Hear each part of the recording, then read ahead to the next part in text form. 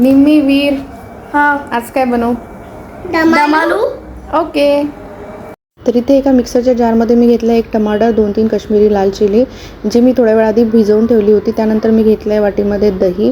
त्यानंतर याच्यामध्ये टाकलं आहे हळद, तिखट, मीठ, धने पावडर, जिरं पावडर आणि गरम मसाला. तर मी इथे 1 चमच गरम मसाला ॲड केला आहे. त्याला छान असं मिक्स करून घेतलेलं आहे. त्यानंतर मी 1 चमच भाजलेलं बेसन घेतलं आहे. मी जस्ट असं थोडंसं भाजून घेतलं होतं बेसन, ते मी ॲड केलं आहे कारण दही यामध्ये फाटणार नाही. त्यानंतर आपण एका कढईमध्ये तेल गरम केलं आहे. त्यामध्ये टाकले आहे मी बॉइल्ड पोटॅटो. तर मी छोटे छोटे आलू घेतले होते. तुमच्याकडे जर हे आलू नसेल तुम्ही मोठ्या आलूला 2 तुकडे किंवा 3 तुकडे करून पण यूज करू शकता. त्यानंतर मी ते फक्त तिखट आणि मीठ टाकून घेतलं आहे आणि तेलामध्ये छान याला शॅलो फ्राय करून घेतलं आहे.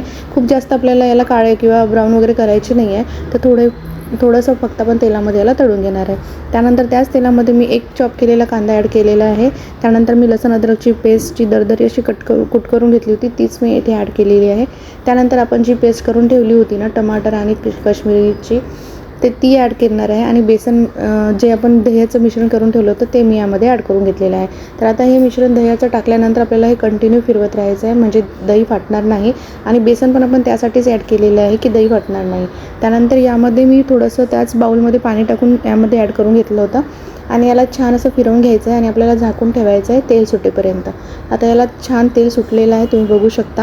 आपण आता इथे या स्टेजला आलू टाकून घेणार आहे. तर तुम्ही बघू शकता इथे जास्त आपण काळे केले नाही आहे आलू. तर यामध्ये आलू टाकून छान याला शिजू द्यायचं आहे आणि आपल्याला पाहिजे तेवढं पाणी आपण इथे कमी जास्त करू शकतो. तर इथे मी यासोबत केलं होतं मटर पुलाव, त्यानंतर पराठे, त्यानंतर बुंदी रायता मी केलं होतं. तर तुम्हाला कसं वाटलं ही रेसिपी नक्की कमेंट करून सांगा आणि ही रेसिपी तुम्ही एकदा नक्की ट्राय करून बघा.